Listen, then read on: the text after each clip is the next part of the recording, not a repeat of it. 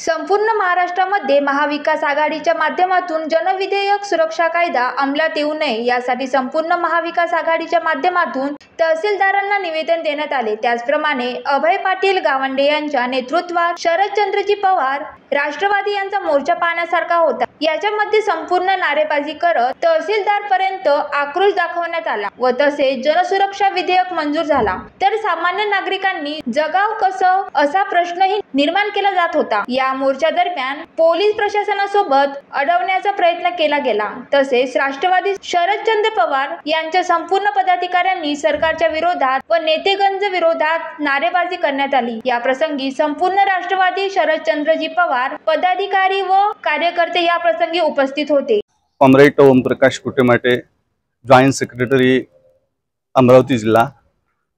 तर हे जे जनसुरक्षा विधेयक आहे, या जनसुरक्षा विधेयकामध्ये हे जे सर्व विरोधी पक्ष आहेत, मुख्यत्वे मी सरळ 3-4 सेंटेन्स मध्ये सांगतो की विरोधी पक्षांना त्यांच्या भूमिका मांडण्यापासून रोखण्यासाठी जे एक कायदा यांनी तयार केला, तो कायदा म्हणजे जनसुरक्षा विधेयक।